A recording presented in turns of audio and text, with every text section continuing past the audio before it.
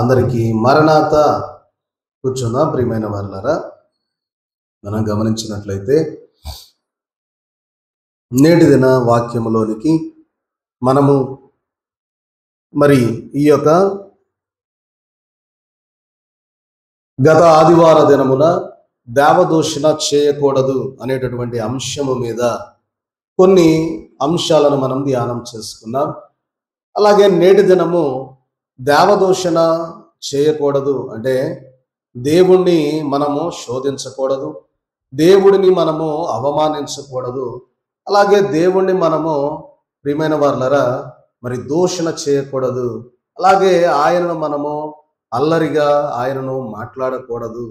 కాబట్టి ఇలాగూ చేయుట ద్వారా అది దేవదూషణగా ఉండి మన జీవితాలలో భయంకరమైనటువంటి స్థితిలోనికి వెళ్ళిపోయే అవకాశం ఉన్నది. గనక దేవదూషణ అనగా దేవునిని దూషించడం అనేది సరి అయినది కాదు.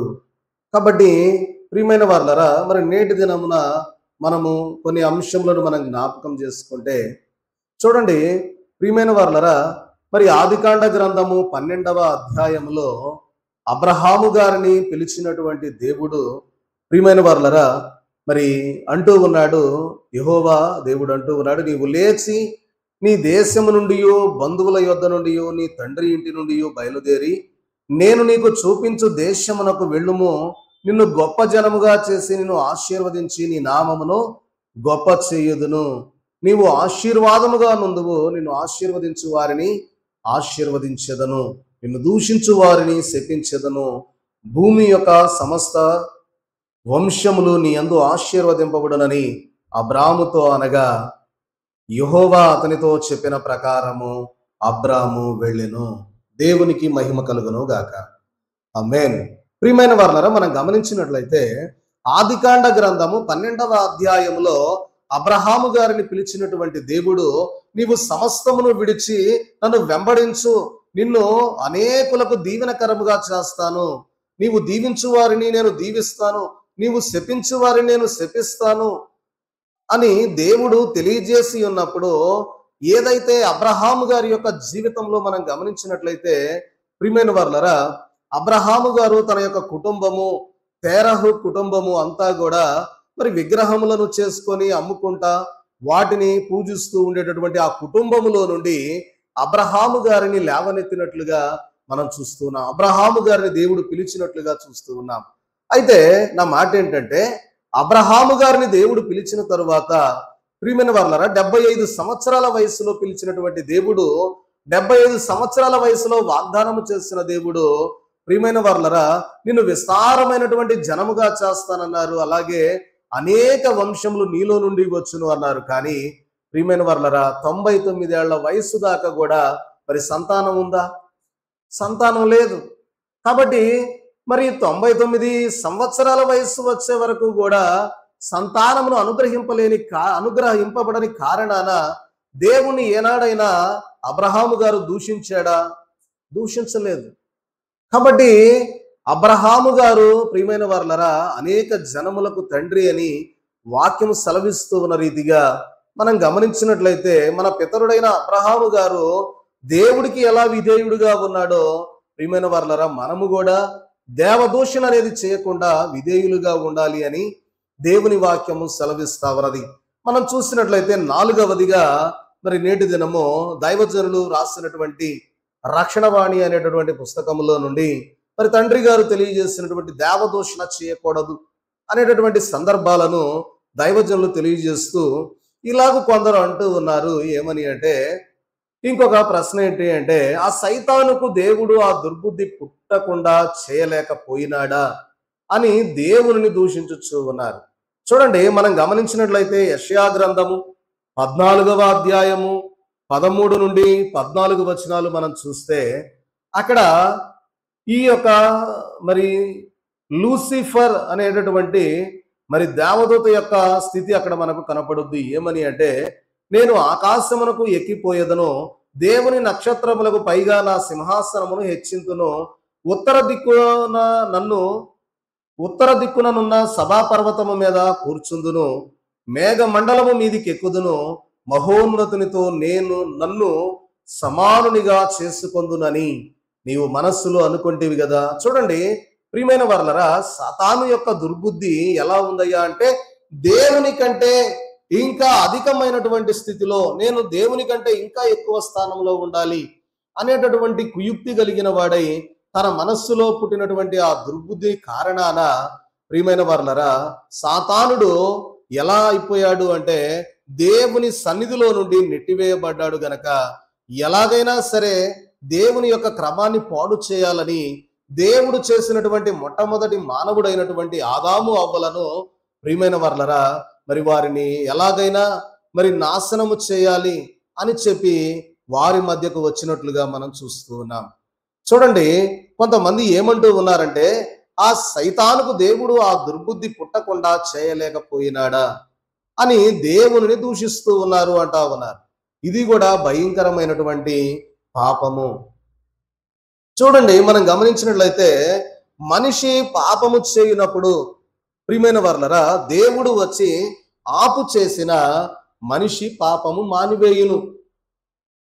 చూడండి మానవుడు పాపము చేస్తా ఉన్నప్పుడు దేవుడు వచ్చి బాయ్ ఇది తప్పు, ఇది చేయకూడదు అంటే ఆ సమయానికి, ఆ కొద్ది సమయానికి ఆ పాపం చేయకుండా మానివేస్తాడు కానీ ప్రియమైన వారలారా, అది శాశ్వతంగా అతడు ఏం చేయలేడు అంటే మానివేయలేడు.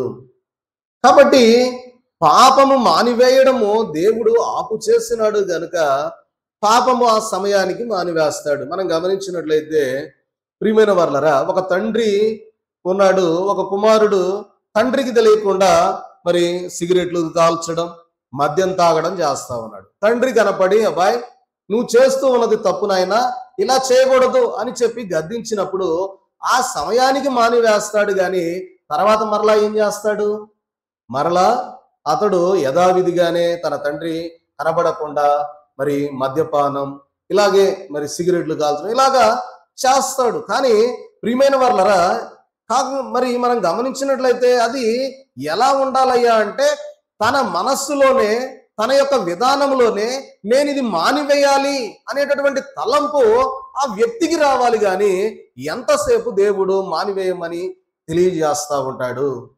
కాబట్టి తన మనస్సులో ఉన్నటువంటి కోరిక ఏదైతే ఉందో ప్రియమైన వారలారా, ఆ యొక్క చెడ్డ కోరికల విషయంలో తనంతట తాను మనస్సుకు పశ్చాత్తాపం కలిగి మానివేయాలే గాని ప్రియమైన వారలారా, మరి దేవుడు ప్రతిసారి కూడా వెళ్ళి చెప్పడం అనేది అది సరి అయినది కాదు.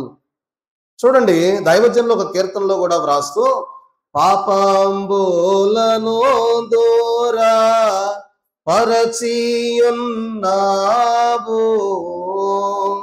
పాపంబులను గెల్చు బలమిచ్చినావు, పాపంబులను గెల్చు బలమిచ్చినావు, దేవా తండ్రి నీకు దినదిన స్తుతులు, నా విన్నపము విన్నా నాథా సంస్తుతులు.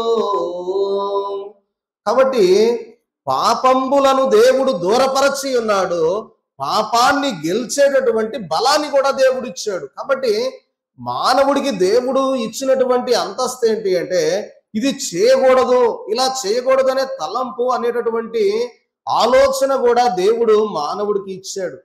కాబట్టి అది చెయ్యాలా వద్దా అనేటటువంటిది నిర్ణయించుకోవలసినది మానవుడు గనక దేవునికి ఉన్నటువంటి స్వతంత్ర లక్షణమును మానవుడిలో కూడా ఉంచాడు గనక స్వతంత్ర లక్షణం బట్టి దేవుడు ప్రియమైన వారలారా అది తెలియజేయడం లేదు.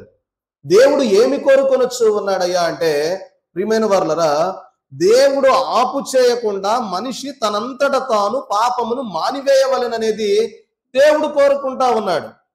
ప్రతిసారి కూడా దేవుడు పాపం చేస్తూ ఉన్నప్పుడు వచ్చి నువ్వు ఇది చేయకూడదు అని చెప్పాలి అంటే అది సాధ్యమయ్యే పనేనా ప్రియమైన వారలారా? అందుకే మానవుడు తనంతట తానే ఇది నేను చేయకూడదు అనేటటువంటి తలంపు అతనిలోనికి రావాలి అనేది దేవుడు కోరుకొనొచ్చు ఉన్నారు. కాబట్టి మనిషి తన సొంత ఇష్ట ప్రకారము దేవుని పూజించాలి. ప్రియమైన వారలారా, మనిషి తన సొంత ఇష్ట ప్రకారము దేవుణ్ణి పూజించాలి గాని, ప్రియమైన వర్లరా, ఇది దేవుని కోరిక అన్నారు దైవజనుడు. మానవుడు తన సొంత ఇష్టముగా దేవుని పూజించాలి గాని, ప్రియమైన వర్లరా, మరి ఆయన బలవంతముగా అది జరిగించేది కాదు. బలవంతముగా ఎన్నిసార్లు మనం చేయగలుగుతాం? కాబట్టి మన సొంత ఇష్టముగా దేవుని పూజించాల, దేవుని మహిమపరచాల, దేవుని కీర్తించాల, ఆయన్ను కొనియాడాలి. అది మన సొంత ఇష్టానుసారముగా మనము చేయాలి అని దేవుడు కోరుచూ ఉన్నాడు. మరి ప్రియమైన వర్లరా, పాపమును మానుము, నా మాట వినుము, నన్ను పూజించుము అని దేవుడు అన్న మనిషి చేయునా? ఏమండి, దేవుడు తెలియజేస్తూ, అబ్బాయి పాపమును మానేయి, నా మాట విను, అలాగే నన్ను పూజించు అని దేవుడు అంటే మనిషి చేస్తాడా? ఒకవేళ చేసినా కూడా అది బలవంతపు సేవయే గాని ఇష్టానుసారమైన సేవ కాదు. కాబట్టి మానవుణ్ణి నువ్వు పాపాన్ని మానివేయి, నా మాట విను, నా పని చేయి, నన్ను పూజించు అంటే ఏ మానవుడు కూడా ప్రియమైన వర్లరా చేయడు. గాని అది ఎలా ఉండాలి అంటే, ఒకవేళ చేసినది బలవంతపు సేవ అవుద్ది గాని అది వారు ఇష్టపడి చేసేటటువంటి సేవ కానే కాదు. కాబట్టి దేవుడు తెలియజేస్తూ ఉన్నాడు, ప్రియమైన వర్లరా, మరి బలవంతముగా దేవుడు ఇది ఆపు చేయలేడు, అది ఆపు చేయలేడని మనము దేవుని మీద ప్రియమైన వర్లరా నేరములెంచకూడదు. ఏమండి, దేవుడు ఇది ఆపు చేయలేడా, అది ఆపు చేయలేడా, దేవునికి అంత శక్తి లేదా అంటే, ప్రియమైన వర్లరా, దేవుడు మానవుడికి ఇచ్చినటువంటి స్వతంత్ర లక్షణము ఉన్నది. ఆ స్వతంత్రతను బట్టి దేవుడు వాటిని చేయడం లేదు. కాబట్టి అందుకనే సైతానుకు దేవుడు ఆ దుర్బుద్ధి పుట్టింపకుండా చేయలేకపోయినాడా అంటే, ప్రియమైన వర్లరా, అలాగూ అని దేవుని మనము దూషించకూడదు. దేవుడు ప్రియమైన వర్లరా స్వతంత్రత అనే లక్షణము కలిగిన వాడు గనక ఆయన తన యొక్క స్వాతంత్ర్యాన్ని, మానవుడికి ఇచ్చిన స్వాతంత్రాన్ని ఎప్పుడూ కూడా తీసివేయడు. కాబట్టి అలాగూ అనుట దేవుని దూషించినట్లే అని దైవజనులు తెలియజేస్తున్నారు. మరొకటి 5వదిగా చూస్తే, మరికొందరు ఇలాగనుచున్నారు, త్రవ్వనేల పోడ్చనేల, దేవుడు మనిషిని ఎందుకు కలుగజేయవలెను? ఆ మనిషిని రక్షించుటకు తానెందుకు మనిషిగా జన్మింపవలెను? శిలువ మ్రాను మీద ఎందుకు చావవలెను? ఎందుకు వచ్చిన తెప్పలు ఇవన్నీ? అసలు మనిషిని పుట్టించకుండా ఉండలేకపోయినాడా అని కొందరు ఆయన పనిని ఆపేక్షిస్తూ ఉన్నారు, ఆయన పనిని ఆక్షేపిస్తూ ఉన్నారు. ఆయన పనిని ప్రియమైన వర్లరా చూడండి, మరి దాని మీద కొన్ని నెపములు మోపుతా ఉన్నారు. కాబట్టి మనం గమనించినట్లయితే మరి వీరు వేసే ప్రశ్న ఏంటి అంటే, త్రవ్వనేలా పోడ్చనేలా, దేవుడు మనిషిని ఎందుకు కలగజేయవలెను? ఆ మనిషిని రక్షించటకు తానెందుకు మళ్ళీ మనిషిగా జన్మింపవలెను? శిలువ మ్రాను మీద ఎందుకు చావవలెను? ఎందుకు వచ్చిన తెప్పలు ఇవన్నీ? అసలు మనిషిని పుట్టించకుండా ఉండలేకపోయినాడా అనేది మరి కొందరు ప్రశ్న వేస్తూ ఉన్నారు అని దైవజనులు ప్రియమైన వర్లరా తెలియజేస్తూ ఉన్నారు. చూడండి, మనం గమనించినట్లయితే మానవుణ్ణి దేవుడు ఎందుకు మరి చేశాడయ్యా అంటే, యెషయా గ్రంథము 43వ అధ్యాయము 7వ వచనంలో మనం చూస్తే, ప్రియమైన వర్లరా అక్కడ మనకు ఒక మాట కనబడుతా ఉన్నది. ఏంటి అంటే, నా మహిమ నిమిత్తము నేను సృజించిన వారిని, నా నామము పెట్టబడిన వారిని అందరినీ తెప్పించుము, నేనే వారిని కలుగజేసి తిని, వారిని పుట్టించిన వాడను నేనే అని ప్రియమైన వర్లరా దేవుడు తెలియజేస్తా ఉన్నాడు. కాబట్టి ఇక్కడ మనం గమనించినట్లయితే నా మహిమ నిమిత్తము నేను సృజించిన వారిని అంటా ఉన్నారు. ఎందుకు మానవుని సృజించాడయ్యా అంటే, ఆయన మహిమ నిమిత్తము దేవుడు మనలను సృజించుకున్నాడు. చూడండి ప్రియమైన వర్లరా, ఇందాక మనం చదువుకున్నాం ఆదికాండ గ్రంథం 3:8లో కూడా, ఆదాము అవ్వలను దేవుడు సృజించిన తరువాత వారి మధ్యకు ప్రతిరోజు కూడా చల్లపూట దేవుడు వారితో సహవాసం చేయడానికి వచ్చాడు.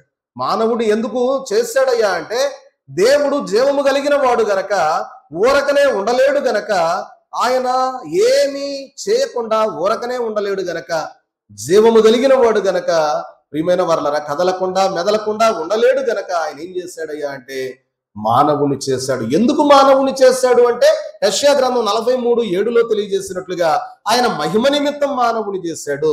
ప్రియమైన వర్లరా అలాగే అంటూ ఉన్నారు, నా నామం పెట్టబడిన వారిని అందరినీ తెప్పింది, నేనే వారిని కలుగజేసి తిని, వారిని పుట్టించిన వాడను నేనే. కాబట్టి జనులను పుట్టించిన వాడు ఆయనే. సృష్టికర్త అయినటువంటి దేవుడు మానవుని ఎందుకు కలగజేశాడంటే ఆయన మహిమ నిమిత్తం కలగజేశాడు.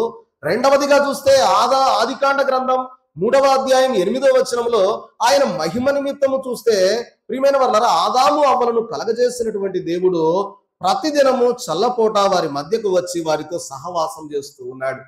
అంటే మానవునితో సహవాసము చేయాలి అనేది ఆయనకున్నటువంటి కోరిక. చూడండి, మనం గమనించినట్లయితే ప్రియమైన వారులారా, జీవము కలిగిన వాడు ఏం చేస్తాడు అంటే అటు ఇటు కదులు. చూడండి, జీవము కలిగినటువంటి వస్తువులు మన మనుషులమైనా లేదా జీవము కలిగినటువంటి ప్రాణులైనా ఒక చోట స్థిరంగా ఉండగలుగుతాయా?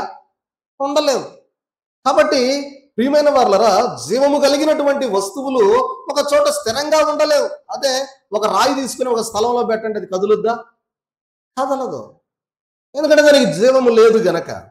కాబట్టి జీవము లేనిటటువంటి రాయి ఎలా కదలలేదో ప్రియమైన వారులారా, జీవము కలిగినటువంటి దేవుడు గనక ఆయన ప్రియమైన వారులారా మరి ఆయన ఏమీ చేయకుండా ఊరక ఉండలేడు అని తెలియజేస్తా ఉన్నాడు. కాబట్టి ఆయన ఎందుకు మానవులను సృజించాడు అంటే ఆయన మహిమ నిమిత్తము, మానవునితో సహవాసము చేయుటకు. అలాగనే ప్రకటన గ్రంథము 4వ అధ్యాయము 10-11 వచనాలలో చూస్తే ఆయన యొక్క సేవ కొరకు కూడా మానవుడిని నిర్మించుకున్నట్లుగా మనకు కనబడుతా ఉన్నది. అలాగే ప్రియమైన వారులారా, మానవుని ఎలా నిర్మించాడయ్యా అంటే ఏదో ఒక మరి వేరే విధముగా కాదు కానీ మరి 1:26 ఆదికాండ గ్రంథం 1:26లో అంటారు ఏమని అంటే, నా స్వరూపమందు మన స్వరూపమందు మన పోలిక చొప్పున నరులను చేయుదము రండి అని. ఎలాగ దేవుడు ఆయన స్వరూపములో ఆయన పోలిక చొప్పున మానవుని తయారు చేశాడో, కాబట్టి ప్రియమైన వారులారా ఆయన యొక్క స్వరూపముగా ఉండడానికి మానవుని తయారు చేశాడు. అలాగే ప్రియమైన వారులారా మరి మత్తయి సువార్త 25వ అధ్యాయం 34వ వచనంలో కూడా చూస్తే ప్రియమైన వారులారా ఆయన యొక్క మహిమ రాజ్యములో మనము భాగస్వామిగా ఉండడానికి ఆయన చేసినట్లుగా ఆ యొక్క వచనముల భావము మనకు కనబడతా ఉన్నది. కాబట్టి దేవుడు జీవమై ఉన్నాడు గనక జీవము గలవాడు ఏ పని చేయకుండా ఉండలేడు.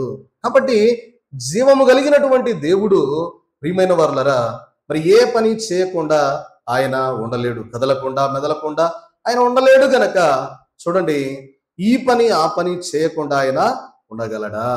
ఉండలేడు. కాబట్టి మనం గమనించినట్లయితే దేవుడు జీవము గలవాడు గనుక మనకు తోడుగా నుండుటకు దేవదూతలను చేసెను. కాబట్టి దేవుడు ఆయన స్వయముగా మనతో ఉంటూ కూడా మరి మనతో సహవాసం చేయడానికి మన కొరకు ఎవరిని చేశాడయ్యా అంటే ప్రియమైన వారులారా దేవదూతలను కూడా దేవుడు చేసినట్లుగా మనకు కనబడతా ఉన్నది.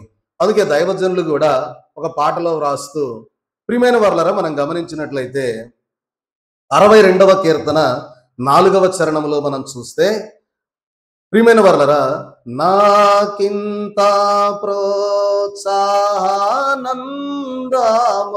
గల్గుట కేకత ఘనమైన హేతువయ్యోండు మరణంబులు నాకు చిరజీవమెవ్వారు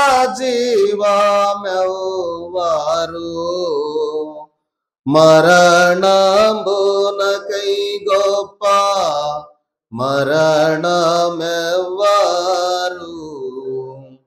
విరివిలేని మహిమా సేనలు ధరిని నుండగా నన్ను చెంతను స్థిరముగా స్థాపించునెవరు సిల్వబడ్డ యేసుక్రీస్తే. కాబట్టి మరణంబులో నాకు చిరజీవం ఎవరు? ప్రియమైన వారులారా, మరణకరమైనటువంటి స్థితిలో మరి జీవము శాశ్వతమైనటువంటి జీవం ఇచ్చేవారు ఎవరయ్యా అంటే దేవుడే ఇస్తూ ఉన్నారు. యేసుక్రీస్తు ప్రభు వారే తెలియజేస్తూ ఉన్నట్లుగా మరణములో నాకు చిరజీవం ఎవరు, మరణమునకై గొప్ప మరణం ఎవరు? కాబట్టి మరణమునకై గొప్ప మరణం ఎవరు అంటే మన మరణములకు మించిన మరణము యేసుక్రీస్తు ప్రభు వారే తన యొక్క మరణాన్ని శిలువ మ్రాను మీద ఆయన ఎలా కలిగి ఉన్నారో. కాబట్టి మనం గమనించినట్లయితే విరివిలేని మహిమ సేనలు ధరిని నుండగా నన్ను చెంతను స్థిరముగా స్థాపించునెవరు. కాబట్టి ఆయన యొక్క మహిమ సేనలు ప్రియమైన వారలరా మరి మన ధరిని ఉండగా నన్ను చెంతను స్థిరముగా స్థాపించునెవరు. ఎవరయ్యా మహానుభావుడు అంటే సిల్వబడ్డ యేసుక్రీస్తు ప్రభువారే. దేవునికి మహిమ కలుగును గాక. ఆమేన్. కాబట్టి ప్రియమైన వారలారా మనం గమనించినట్లయితే దేవుడు మనము నివసించడానికి భూమిని చేశాడు. అలాగే మనకు దీపములుగా నుండుటకు సూర్య చంద్ర నక్షత్రములను చేశాడు. ప్రియమైన వారలారా తుదకు మనుష్యులను చేసి ప్రియమైన వారలారా మరి ఎందుకు చేశాడయ్యా అంటే జీవము గలవాడు గనక, జీవము కలిగిన వాడు ఏ పని చేయకుండా ఉండలేడు గనక దేవుడు సృష్టిని చేసి ఆ సృష్టిలో ఉండడానికి మానవుని చేశాడు. కాబట్టి జీవము లేని రాయి ఏమీ చేయలేదు, కానీ జీవము కలిగిన ప్రాణి ఏదో ఒకటి చేయకుండా ఉండలేదు. కాబట్టి జీవము కలిగినటువంటి దేవుడు ప్రియమైన వారలరా మనం గమనించినట్లయితే మరి ఆయన సృష్టిలో ఉండడానికి మానవుని కూడా కలగజేసినట్లుగా చూస్తూ ఉన్నాం. కాబట్టి ఆయన జీవము గలవాడు గనక ప్రియమైన వారలరా చేశాడు. అయితే తాను చేసినటువంటి మనిషి ఏమయ్యాడు అంటే చెడిపోయినాడు. దేవుడు చేసినటువంటి మానవుడు చెడిపోయినాడు గనక ప్రియమైన వారలారా మరి అప్పుడు ఏమి చేయాలి అంటే బాగు చేయుటకు ఆయనే మనిషిగా ఈ లోకానికి వచ్చి వేశాడు. కాబట్టి ఒక మానవుణ్ణి బాగు చేయాలి అంటే దేవుడు మానవుడుగానే రావాలి, కానీ ఏ జంతువుగానో ఏ పక్షిగానో ఏ పురుగుగానో లేకపోతే ఏ కుక్కగానో సింహంగానో వస్తే మానవుడు దగ్గరకు రానిస్తాడా? రానివ్వడు. అదే ఒక కుక్క రూపంలో వచ్చాడు అనుకోండి, దాన్ని మనం తోలేస్తాం. సింహం రూపంలో వస్తే మనం భయపడిపోతాం గనక దేవుడు మానవుని రూపంలోనే మనుష్య రూపంలోనే మానవుని యొద్దకు వచ్చి తన యొక్క అవసరతలేంటో తన స్థితిగతులేంటో ఎందువలన ఆయన పాపంలో పడిపోయాడో ఆ పాపాన్ని తన మీద వేసుకొని ఆయన మన కొరకు మరణించి మన యొక్క పాపములన్నిటికీ పరిహారము గావించినట్లుగా చూస్తూ ఉన్నాం. కాబట్టి మానవుని రక్షించడానికి దేవుడు వస్తే ప్రియమైన వారలారా ఎవరైనా రావద్దంటారా? ఎవరైనా రావద్దంటారా? ఇప్పుడు ఒక అబ్బాయి బావిలో పడిపోయాడు. బావిలో పడిపోయిన వాడిని రక్షించాలి అంటే రక్షించడానికి వచ్చినటువంటి వ్యక్తిని నువ్వు నన్ను రక్షించొద్దు, నేను బావిలోనే ఉండిపోతానని ఎవరైనా అంటారా? అంటారా? ఎవరు అనరు. కాబట్టి మానవుని రక్షించడానికి దేవుడే మానవుని రూపంలో రావడము అనేది యేసుక్రీస్తు ప్రభు వారి యొక్క జీవితంలో మనం చూస్తూ ఉన్నాం. కాబట్టి రక్షించటకు రావద్దంటారా అంటే ఎవరు కూడా రావద్దు అనరు. కాబట్టి దేవుడు జీవము గలవాడు గనక రెండు పనులు చేశాడు. చూద్దాం ప్రియమైన వారలారా, మరొక 5 నిమిషాల సమయం మరి ముగిస్తూ ఉన్నాం గనక చివరిగా ఈ మాటలు మనం చూద్దాం. జీవము గలవాడు గనక దేవుడు రెండు పనులు చేశాడు. ఏంటి అంటే ఒకటేంటంటే సమస్తాన్ని మనలను కలగజేయడం అనేది ఒక పనిగా ఉన్నది. సమస్త సృష్టిని కూడా దేవుడు సృష్టికర్త అయినటువంటి దేవుడు సమస్త సృష్టిని కలగజేసి ఆ సృష్టిలో మనలను కూడా ఉంచాడు. అదే దేవుడు చేసినటువంటి ఒక పనిగా మనం చూస్తూ ఉన్నాం. రెండవదిగా చూస్తే ప్రియమైన వారలారా మనమును సమస్తమును చెడిపోయినందున బాగు చేయటానికి మరలా తిరిగి ఆయనే ఈ భూమి మీదకు రావడమో జరిగింది. ఇది ఆయన చేసే రెండవ పని. కాబట్టి చెడిపోయిన దానిని చెడిపోయినట్లుగా ఉన్నవక ఆయన మరలా ఈ లోకానికి వచ్చాడు. చూడండి, ఏ కుమారుడైనా తన యొక్క కుమారుడు పాడైపోయి చెడిపోతూ ఉన్నటువంటి సమయంలో ఏ తండ్రి అయినా పానిలే పోతే పోయాడు, వాడితో ఏముంది, సస్తే చచ్చాడు బతికితే బతికాడని ఏ తండ్రి అయినా విడిచిపెట్టగలుగుతాడా? విడిచిపెట్టలేడు. కాబట్టి తన కుమారుడికి ఏదో ఒక విధంగా విద్యాబుద్ధులు నేర్పించుకొని చక్కగా తన యొక్క నడవడిక మార్గాన్ని అంతటిని సరిచేసి వాడిని ఏదో ఒక రకంగా ఒక మంచి ప్రయోజకుని చెయ్యాలనేదే తండ్రి తాపత్రయం గనక ఒక తండ్రి భూలోకంలో జన్మించిన తండ్రికే అంత తాపత్రయం ఉంటే పరలోకములో నుండి మనలను సృజించినటువంటి దేవునికి ఎంత తాపత్రయం ఉండాలి? కాబట్టి ఆయన ఈ రెండు పనులు కూడా చేశాడు. ప్రియమైన వారలారా నేటి వరకు ఈ రెండు పనులు చేయుచూనే ఉన్నాడు, ఇంకనూ చేస్తూ ఉన్నాడు. అందుచేత ఆయనను పూజించవలను గాని దూషణ చేయకూడదు అని తెలియజేస్తూ. కాబట్టి దేవుణ్ణి మనము యేసుక్రీస్తు ప్రభు వారిని ఈ సృష్టికర్త అయిన దేవుణ్ణి మనం పూజించాలే గాని ఏమయ్యా ఎందుకు నన్ను కలగజేసావు, ఎందుకు ఈ కష్టాలు పెట్టావు, ఎందుకు ఇలా చేస్తా ఉన్నావు అని ఎప్పుడు కూడా మనం దేవుణ్ణి దూషింపకూడదు. చూద్దాం ప్రియమైన వారలారా, దైవజనులు తెలియజేస్తూ అన్నారు, దేవునిలో తప్పులు పట్టుటకు ఆయన జ్ఞానం ఎక్కడా, మన జ్ఞానం ఎక్కడా? మానవుడు దేవునిలో ఉన్న తప్పులు వెతకగలడా? దేవుడి జ్ఞానం ఎక్కడా, మన జ్ఞానం ఎక్కడా అన్నారు. అని దైవజనులు తండ్రి గారు తెలియజేస్తూ, దేవునిలో తప్పు దేవినా కనబడదబ్బాయి అన్నారు. దేవునిలో తప్పు దేవినా అంటే తవ్వినా, ఎంత తవ్వినా కూడా దేవునిలో ఏం కనపడదు అంటే తప్పు కనపడదు. కాబట్టి ప్రియమైన వర్లరా, ఆయన పరిశుద్ధుడు గనక ఆయనలో తప్పులు అనేవి ఉండవు. ఆయన పనులలో కూడా తప్పులు ఉండవు. ఆయనలో తప్పులు ఉండవు, ఆయన చేసే పనులలో కూడా తప్పులు ఉండవు. కాబట్టి దేవుడు పరిశుద్ధుడు. అందుకే యెషయా గ్రంథము 6వ అధ్యాయం 3వ వచనంలో దేవదూతలు దేవుని దగ్గర ఉండి నిత్యము కూడా ఆయన పరిశుద్ధుడు పరిశుద్ధుడు పరిశుద్ధుడు అని నిత్యము కూడా గానములు చేయించు ఉన్నట్లుగా మనం చూస్తూ ఉన్నాం. కాబట్టి ప్రియమైన వారలరా, మనం గమనించినట్లయితే ఆయన నిత్యము పరిశుద్ధుడు పరిశుద్ధుడు అని ఆయన మరి దేవదూతలు స్తుతి గానములు చేస్తూ ఉండట మనం చూస్తూ ఉన్నాం. కాబట్టి మరి ఆయనను మనము ఏమీయూ అనకూడదు. అంటే ఎవరికి నష్టము అంటే మనకే నష్టం. అంటే ఎవరికి నష్టం? దేవుని దూషిస్తే నష్టపోయేది ఎవరయ్యా అంటే మనమే నష్టపోతాము. కాబట్టి ఏమి నష్టం అంటారా అన్నారు దైవజనులు. బాయ్, ఏమి నష్టం? మనకేమి నష్టం అండి అని అంటారా? ఒకవేళ అంటే ఇదిగో ఇలాగుంటది నష్టం అని దైవజనులు తెలియజేస్తూ, ఒకటి, ఆయన చెంత మనం చేరలేం.